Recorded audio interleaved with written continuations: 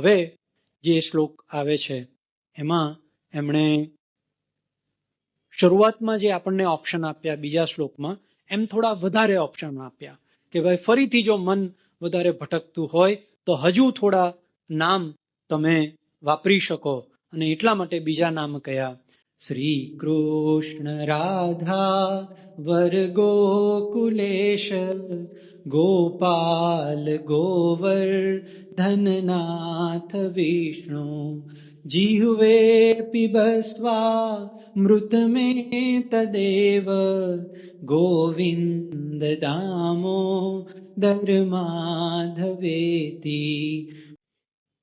હું જ્યારે આ બોલું ને શ્લોક, પછી હું અટકી જાઉં, પછી આગળના જે શ્લોક છે એ શ્લોક હું મારા રેગ્યુલર રૂટીનમાં નથી બોલતો. આ મારો પોતાની વાત કરું છું, બધાનું એવું નથી, પણ આખું સ્તોત્ર બધા બોલતા જ હોય છે, બોલવું જ જોઈએ.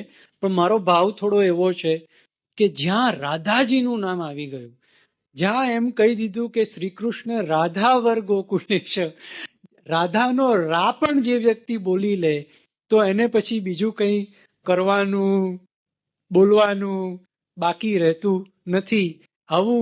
આવું મારા મનનો ભાવ.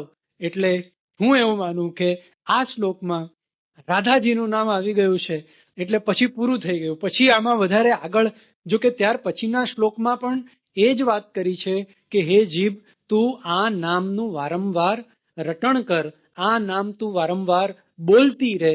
એવી રીતે જીભને ઉદ્દેશીને જ વાતો કરી છે. એટલે એમાં આગળ જે આપણે બીજા સંદેશાઓ આ સ્તોત્રમાંથી મેળવ્યા તારવ્યા, એવા બીજા કોઈ સંદેશાઓ હવે પછીના શ્લોકોમાં પણ નથી, માત્ર જીભને ઉદ્દેશીને કહ્યું છે.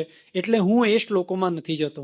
પણ રાધાજીનું નામ, એકવાર એવું કહેવાય કે રાધાજીનું નામ તો એ તો બહુ આગળની વાત થઈ ગઈ.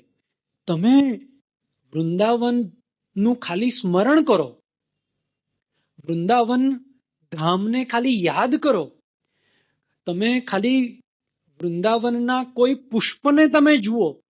સાધુ સંતો મહાત્માઓ તો એવું કહે છે કે વૃંદાવનનું એક ફૂલ તમે જોયું તોય કલ્યાણ નિશ્ચિત છે. કેમ? તો કે વૃંદાવન એ રાધાજીનો મહેલ છે. આખું વૃંદાવન 84 કોષ ધામ, એટલે રમણ રેતીથી લઈને વૃંદાવન, ગોકુળ, મથુરા અને કિશોરીજીનું સ્થાન, કે પછી બરસાના, ગોવર્ધન, આ 84 રાધાકુંડ, શ્યામકુંડ, આ બધું જે પરિક્રમા, મોટી પરિક્રમા, નાની પરિક્રમા કરતા હોય છે, એ આખો રાધાજીનો મહેલ છે. અને કૃષ્ણ જો પૂરા બ્રહ્માંડના આત્મા છે તો કૃષ્ણનો આત્મા રાધિકાજી છે. કૃષ્ણ જો બધાને પ્રસન્નતા અને આનંદ સુખ આપે છે તો એમની આહલાદિકા શક્તિ શ્રી રાધિકાજી છે. રાધાવર જે શ્લોકમાં આવી ગયો ત્યાર પછી તો એ સિવાય બીજું કશું આ સ્તોત્રમાં કહેવાય નહીં, રહી નથી જતું, બોલવાનું બાકી નથી રહી જતું, વર્ણન ન થઈ શકે રાધાજીનું સ્વરૂપ અને રાધાજીનું. તમે જુઓ, બાળ લીલામાં જેટલા રાક્ષસોનો સંહાર થયો છે, એક પણ રાક્ષસનો સંહાર રાધાજીની હાજરીમાં નથી થયો. રાધાજીની ગેરહાજરીમાં કૃષ્ણ ક્રોધની લીલા પણ કરી શકે. રાધાજીની સમક્ષ આવેલું કોઈ પ્રાણી એ પશુત્વમાં રહી જ ના શકે. રાધાજીની દ્રષ્ટિ પડે, શુકદેવજીની દ્રષ્ટિ પડે તો તક્ષક નાગનું વિષ એ અમૃત બની જાય.